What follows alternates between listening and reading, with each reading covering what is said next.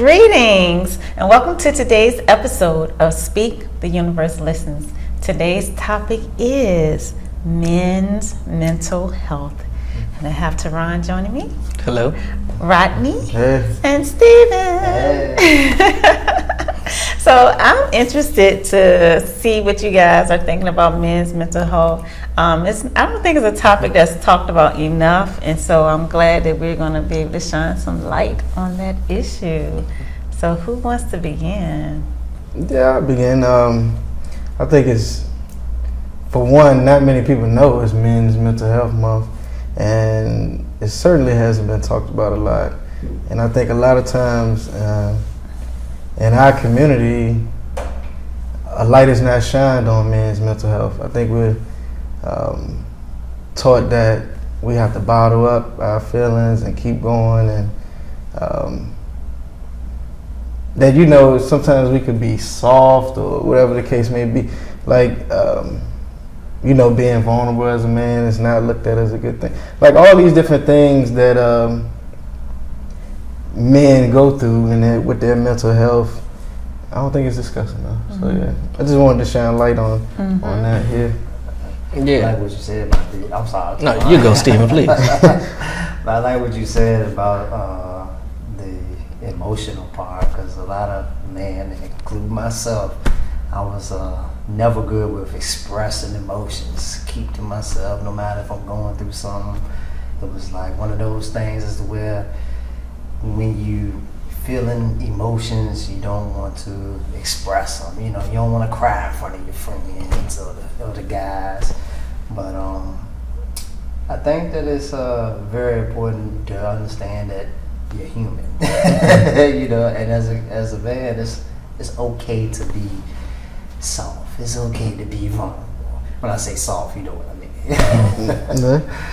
But I think that's something that in the community that a lot of fellas need to understand, that it's okay to express your emotions and feelings. I think we need to get rid of that stigma of calling it soft. Mm-hmm. Right. Just to call it open. Right. Yeah, very true. Yeah, and so for me, it's always been interesting, especially like things about showing emotions and things, because I'm a fairly emotional person, and I also have never really hid it either. So like I kind of just wear them on my sleeves, and so as a result, I don't think I've ever felt like I was being called soft, but there were times where I might hesitate to open up depending on the crowd, because I was like, maybe not here. Maybe I'll just take this feeling and deal with it alone. Or, and in reality, that's not what I needed. What I think I really wanted was to be able to talk about it openly, because, as you're able to discuss things, you're able to get it out, and then you're able to process it better. And once I'm able to get it out, I'm also able to hear somebody say, yeah, why are you even talking to yourself like that? Or why are you even thinking this way? Or like, if you're going through something, let's talk about it first. And then like also let me remind you that you are okay, and you are great, and you are more than enough. So I think this topic is actually very important, because I do think that oftentimes people, are afraid to open up because of fear of how everybody else will respond. And I think that we should let that go, especially in the black community amongst black men.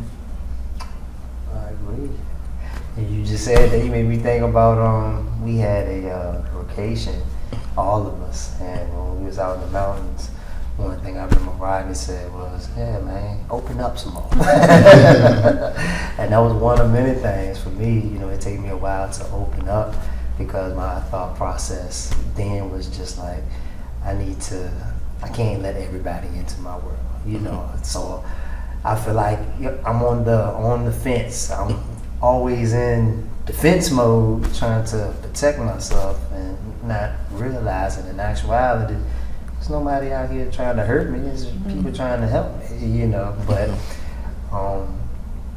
being around guys that had that, that taught me as growing up, that had that type of mindset, that's all that I knew. So it took a while to sort of break that path. I think that's a part of it too, because me growing up, like the men I seen, they didn't really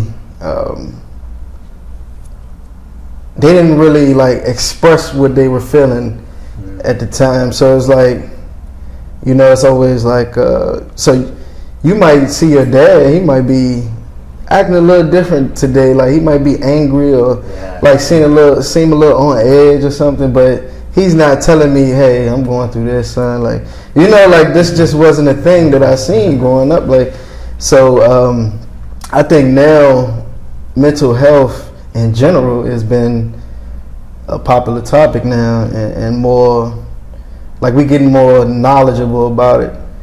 So, but yeah, I think it plays a big part in, you know, what you're seeing coming up, and that we haven't really acknowledged it as men coming up because of the men we seen, and you know, different various backgrounds.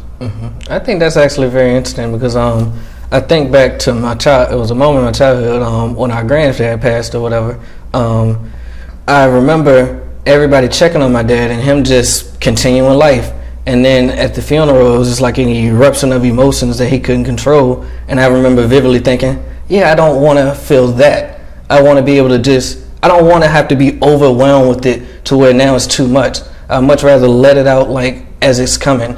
Because if something's bothering me, I'd much rather get it out now rather than walk around with it, and now it's affecting my day, it's affecting how I'm feeling and things like that. I think seeing that made me realize it's okay to talk. And you know, it was okay to talk, and I think it was a moment that if he would have spoken up, I think it would have helped not only myself but even my sister. So who knows? But at the same time, I also have enough understanding to go, that's everybody's journey.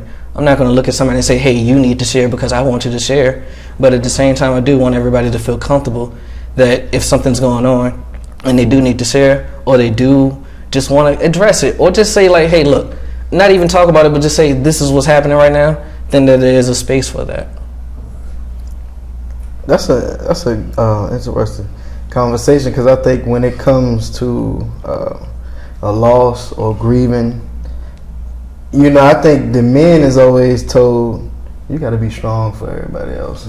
Or you got to be strong for your mom. You got to be strong for your sister, you know. So I think, a lot of times men can feel like we always feel like we got to be, you know, strong for everyone else.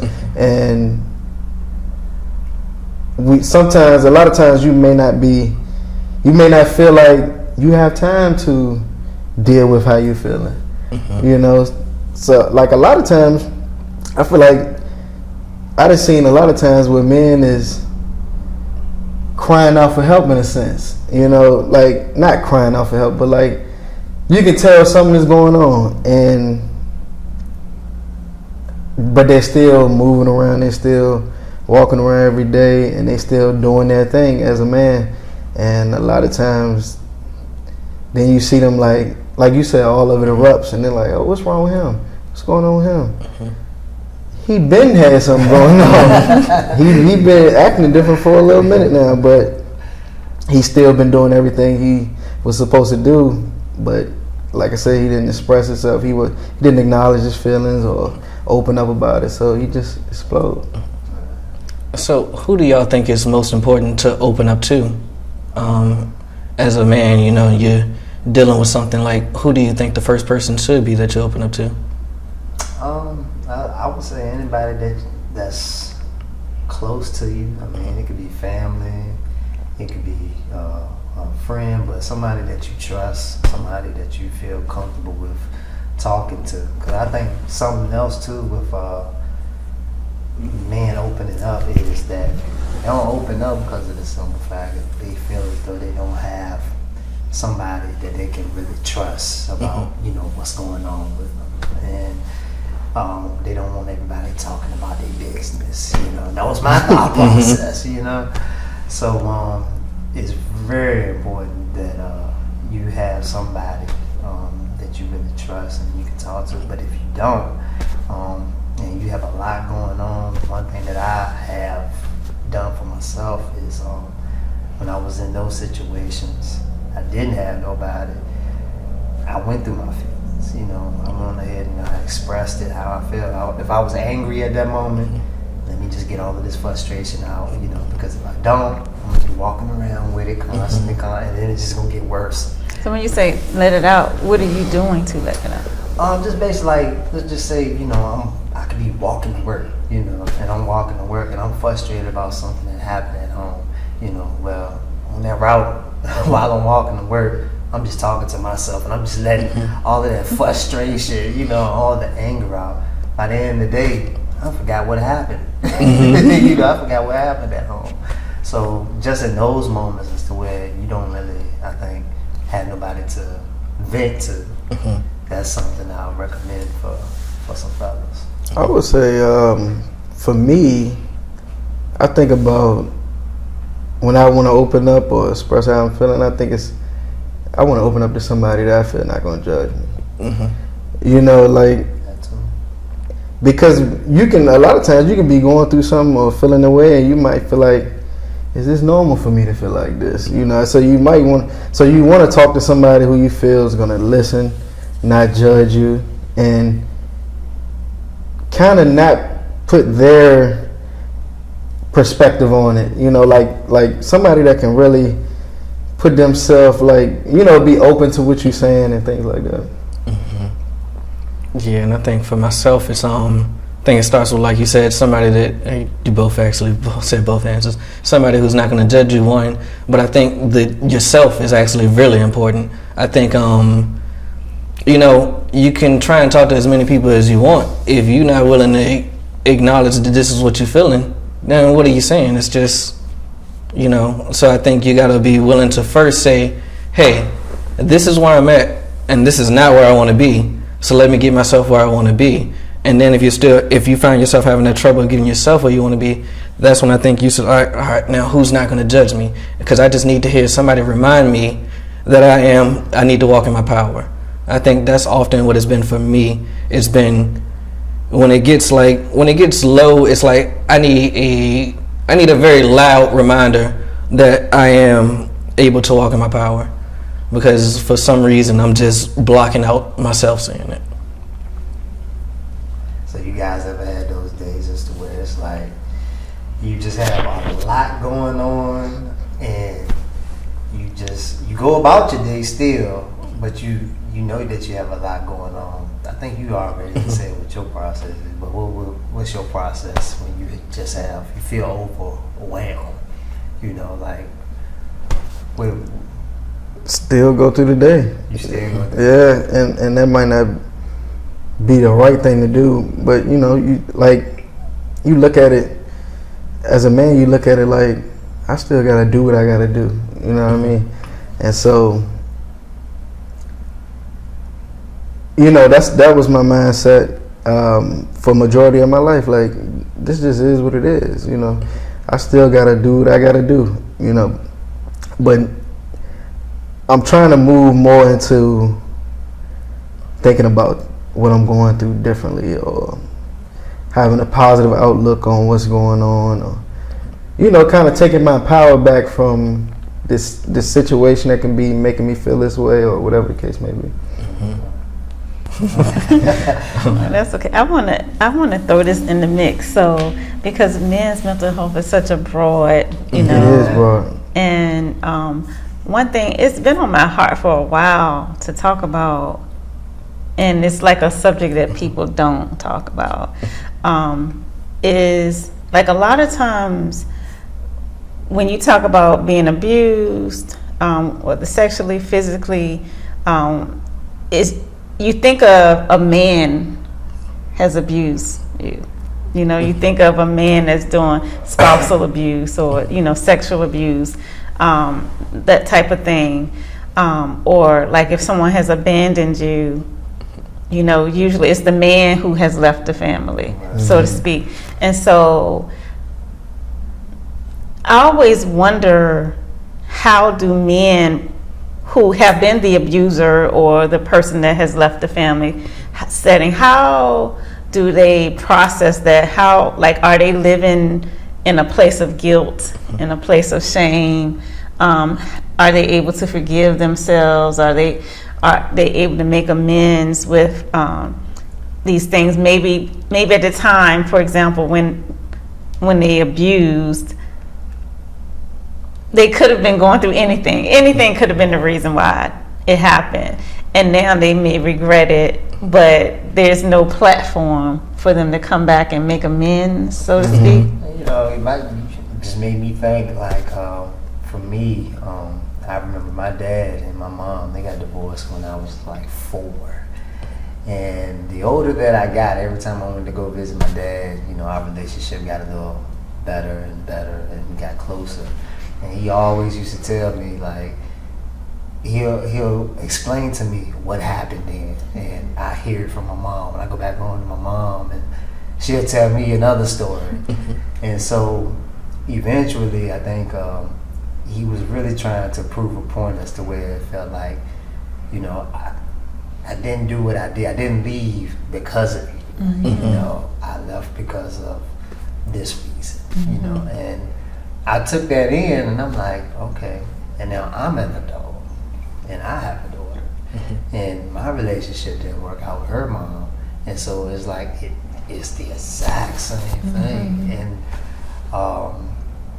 for me, I recognize that the time hasn't come yet, like where my daughter asked me, you know, why things didn't work, but I want to sort of break that cycle, not being in the space of guilt, because at one time I did feel guilty. You know, and I felt guilty, and that by me feeling that guilt, I stayed in that space.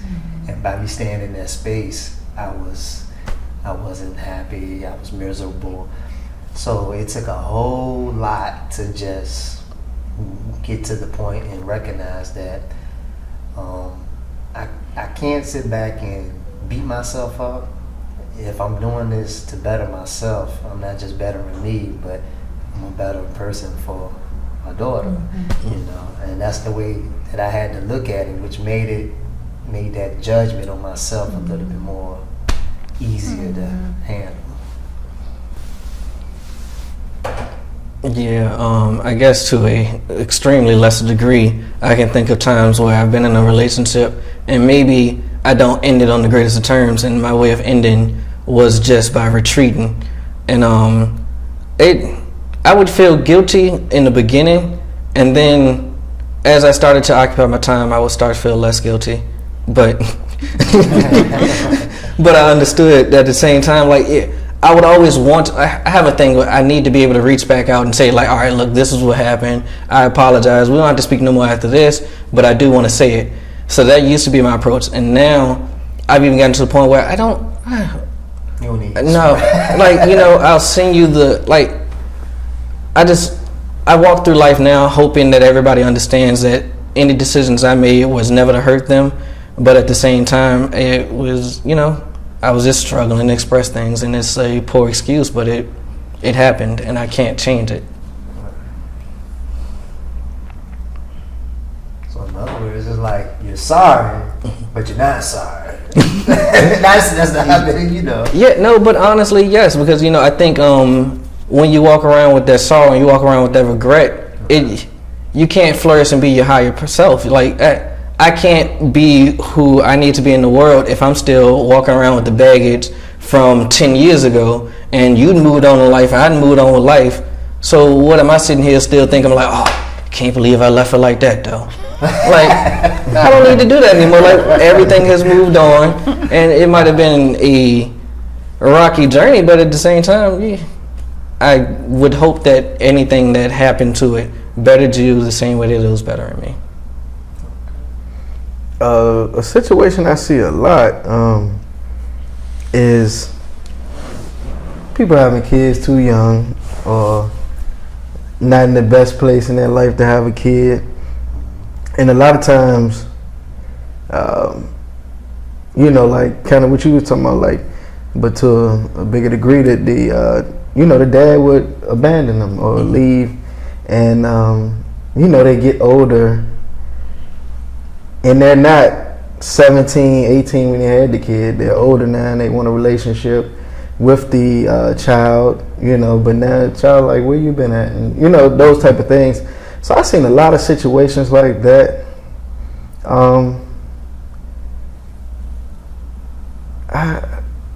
what would you say to those guys? Like, how would you know if the kid is not receptive to them and things like that? I got a good example. I mean, I have 3 siblings, and one passed away, and that particular person, his name was Andrew. His father he never seen his dad, never. And when that conversation had popped up, my mom, she really didn't want to, sort of express to him, where his dad was, or wanted to say anything about it. But as he got older and I started talking to him, it was like, I said, how you feel about your dad, And I just thought about it because you see me all the time. My dad come over and pick me up, and I'm gone for the weekend, and you here with Mom Dukes. And holidays is always the same. You here with Mom, and I'm over here with my dad. And I think remembering that conversation, it was like, he just didn't care. I haven't seen him this long, and I don't think he had any animosity towards him. But I have seen it on the other hand, as to where some had animosity towards the parent that hasn't been there. But I think it all varies, though. I really do. I think it all varies. And I want to move this conversation into, which I'm really enjoying hearing your guys' perspectives, but moving into from a 4th, 5th dimensional reality. How do you deal with these exact same things? I know each of you have hit on it a little bit, but specifically, we can use specific examples. So let's say the one that Rodney just said about you're an adult who had a child when you were a child. You maybe didn't step up to the plate at that time, and now you want to, but the child is like, nah. So how would you, from a 5th dimensional reality, how would you handle that? So I feel if that was me in that position, the first thing I would be doing is trying to pour the love that I have into the child. Like I would try my hardest to express, like, no, we are connected and I love you, and I'm okay if we don't speak right now. I want to continue to send you what I'm feeling. Like, okay, so if we're not able to speak, I guess I'm saying I would deal with it the same way you deal with, like, when you're struggling to talk to somebody. Like, okay, we're not talking right now, but at the same time, I still want you to know that I do care about you. So I'm going to start feeling like I'm going to start evoking that feeling. And my belief is that the higher I get that, you'll feel it in some capacity. And maybe it'll create a space where you're willing to talk.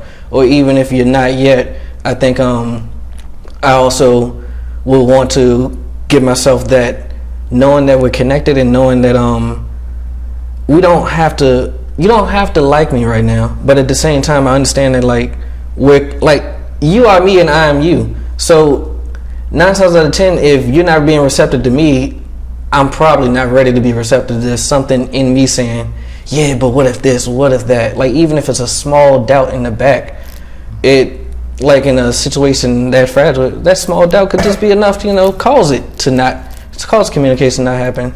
So I would really try and make sure, like, I would stand really hard in the love, I guess. I think I'll do, so someone to piggyback off what you're saying, I would be if I was in that situation, be in the space of love, understanding, understanding that, hey, if they don't want to speak to me right now, I understand. I'm here for you. And, you want to talk, I'm here. I do love you. But if they are open to having that conversation, and once again, I'm here. So just being in the space of handling that situation out of love, and I think being is what I would like to use, because if I'm being love, if I'm being open, if I'm being vulnerable, all of those things, then I think that situation would turn around. Yeah, I think those last two were the words that I was trying to find and could not find. Open and vulnerable, because I do think that, 9 times out of 10, from the way that we view the world, if the person isn't being willing, if you're not even feeling the energy from the other person, then 9 times out of 10, maybe you still have up a wall. So you need to drop that first, because you can't expect to feel closer to somebody while you're still blocking off something. And a lot of people will block it off because the first thing in that situation, I can see it as to where somebody would say, dang, I ain't talked to them in so long. I'm pretty sure they don't want to talk to me. So you already limited, your the whole situation. You putting a cap on it, and it's like, if you reverse that mentality and just say, you know what, I'm going in, and when it happens, we're gonna see what happens. Yeah, I would just, to piggyback off what both of y'all said, I would just send my love and try to keep my energy as high as I can and vibrate as bright and high as I can. And I think the rest would take care of itself in the time it's supposed to. Yeah, I agree with what y'all are saying. Because a lot of times people are like, okay, so I'm sending love, but they don't know it, but literally we really are all connected. Our energy is connected.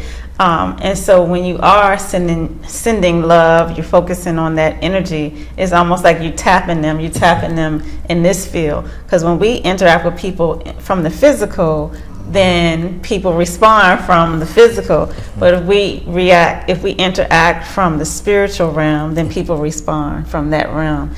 And so when it's difficult situations, the answer is just send love. And I think you guys have alluded to the judgment of yourself. So a lot of times that is what blocks us from shining as brightly as we can, because we're in a space of judgment, like, dang, I wish I hadn't have, I shouldn't have, I don't blame them if they don't, that type of thing. But everything happens as it happens, and really there's nothing wrong under the sun. It doesn't make sense to our limited being. Seems like things are wrong. I actually read something today. I thought it was really cute. I like the analogy that they used, but they were like, if you were able to look at life from way above, and when things look like they're going wrong, it might be like a step backwards, and things like that. They were like, but from up above, it looks like you're doing the tango, or just a beautiful dance or whatever. And I was like, I like that concept. I can get with that. And what's another example? So I think you all talked about just not feeling like you can express yourself to other people. What's a fifth dimensional way of dealing with when you're just going through a rough time? I think it's about putting our focus on the things we do want. I think a lot of times we're feeling like nobody's gonna listen to us. I can't open up to no one. But a lot of times when we're doing that, we're really judging ourselves and saying, you shouldn't be dealing with that, or these are the things we're telling ourselves. So I think the key is to put our focus on the things we do want and shine as bright as we can. Because a lot of times as men, we want to say, oh well, I got to take care of all these people or take care of all these things, so I don't have time to be acknowledging my feelings. But it's like, who gonna tow the tow truck? So it's like we have to focus on shining as bright as we can before we can help anyone or before we can handle anything else. And yeah, so I think the key is to keep our mind on the things we do want and stay there. Yeah, and I think just to also jump on in with that, I think you also alluded to it. You gotta, when you're in that rough place and you know you're like, oh, I can't talk to nobody. You gotta really pour into yourself. You know, you gotta pour into yourself in a way that it almost feels ridiculous how much you're loving yourself, because that's just what you need at that moment. And so I think that's what I try and do.